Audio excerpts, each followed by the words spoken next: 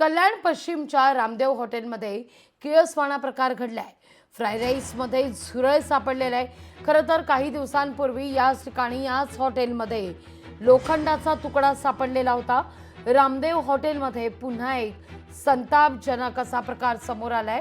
काही दिवसांपूर्वी या ठिकाणी लोखंडाचा तुकडा हा सापडलेला होता आणि आता कल्याण पश्चिम शहरातल्या या प्रसिद्ध रामदेव हॉटेलमध्ये फ्राईड राईस मध्ये झुरळ आढळलंय।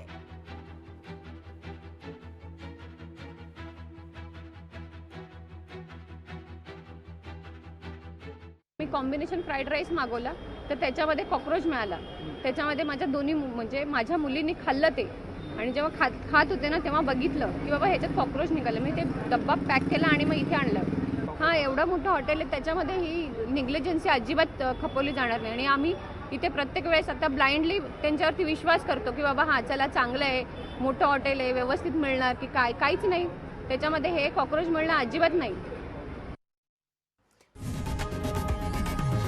लोकशाही मराठी ऐका, पहा, जागरूक रहा।